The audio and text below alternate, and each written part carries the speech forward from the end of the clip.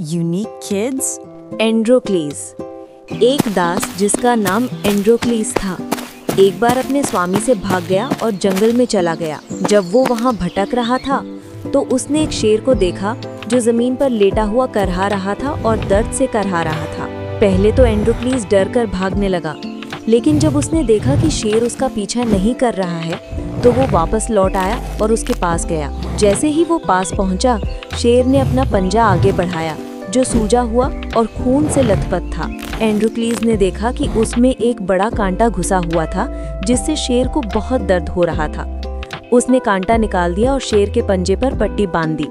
जल्द ही शेर उठने के योग्य हो गया और कुत्ते की तरह एंड्रोक्लीस का हाथ चाटने लगा।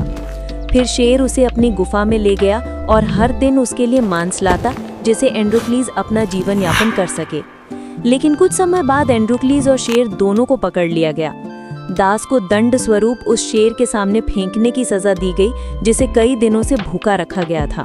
सम्राट और उसका दरबार ये दृश्य देखने आए। एंड्रोक्लीस को मैदान के बीच लाया गया।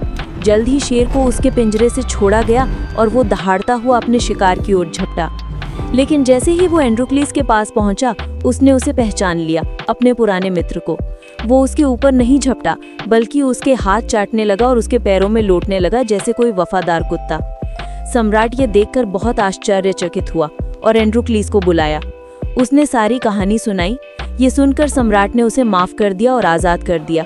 शेर को भी उसके अपने जंगल में वापस छोड़ दिया गया। नीति: कृतज्ञता महान आत्माओं की पहचान होती है।